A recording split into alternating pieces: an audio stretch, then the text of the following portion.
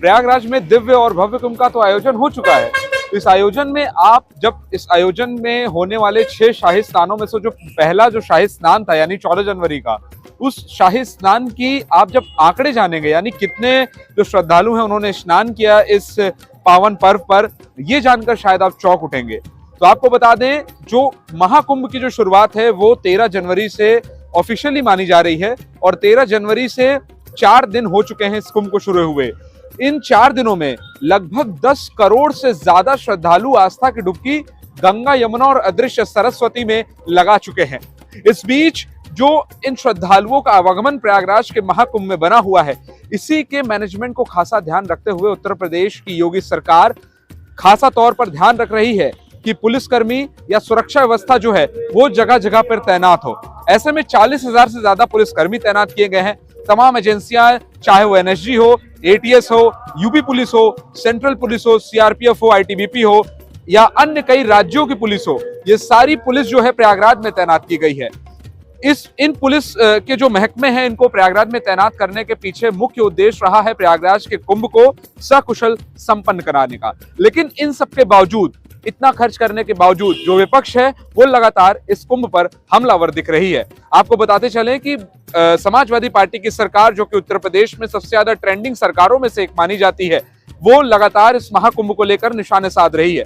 पहले समाजवादी के राष्ट्रीय अध्यक्ष अखिलेश यादव ने निशाना साधा और उन्होंने कहा कि इस कुंभ में जो पीपे के पुल हैं वो समय से नहीं बनाए गए, यानी जो पुल जिससे आवागमन होगा लोगों का उसे समय से नहीं बनाया गया। लेकिन उन पुलों की अगर जमीनी असलियत पर जाएं तो वो सारे पुल बनकर तैनात समय से पहले हो चुके थे। उसके बाद दूसरा आरोप लगाया गया कि बालू की कटान, यानी जो नदी का जो धारा है, उस धारा को किस तरह से सरकार रोक रही है, प्रकृति को किस तरह से जो हानि है वो पहुंचा रही है ये सरकार।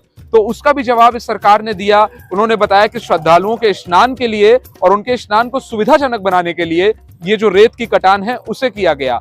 उसके अलावा जो अभी लेटेस्ट ट्वीट अखिलेश यादव का आ रहा है, उस अनुसार ये पता चल रहा है कि अखिलेश यादव ये ट्वीट करते हुए बता रहे हैं कि महाकुंभ में जो आंकड़े बताए जा रहे हैं स्नान पर्व को लेके वो बेहद गलत है। यानी जो असली जो आंकड़े हैं उससे उल्टे आंकड़े सरकार पेश कर रही है, फेक आंकड़े सरकार जो है वो पेश कर रही है। लेकिन इन सारे कंट्रोवर्सी में, इन सारे विपक्ष के मुद्दों में जब प्रयागराज के महाकुंभ के शाही स्नान पर्व का तस्वीरें जब सामने आती है तो कहीं ना कहीं हिंदू आस्था उन सारे मुद्दों पे, उन सारे विपक्षी जो बोल हैं उन पर वो आस्था भारी पड़ जाती है।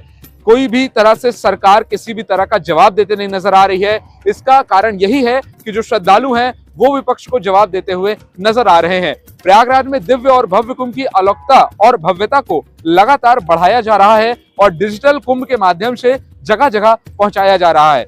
इस बीच इस डिजिटल कुंभ के प्रचार प्रसार का ही ये नतीजा है और इस कुंभ के मैनेजमेंट का, इस कुंभ के तैयारी का, इस कुंभ में जो श्रद्धालु आ रहे हैं उनके सुविधाओं का ये नतीजा है कि इतने भारी मात्रा में प्रयागराज के महाकुंभ में लोग स्नान करने आ रहे हैं, जितनी शायद यूनाइटेड स्टेट्स की पॉपुलेशन, यानी जो यूनाइटेड स्टेट्स में लोग रह रहे हैं उनकी पॉपुलेशन से कई गुना ज्यादा प्रयागराज में सिर्फ स्नान पर्व के दौरान जो आंकड़े निकल के आ रहे हैं वो ज्यादा है। तो इसी से अंदाजा लगाया जा सकता है कि विपक्ष के मुद्दे भले ही हमलावर हैं, लेकिन उन विपक्ष के मुद्दों का कोई अस्तित्व नहीं बचता है। प्रयागराज से प्रतीक बनर्जी के साथ सार्थक पांडे, भारत न्यूज।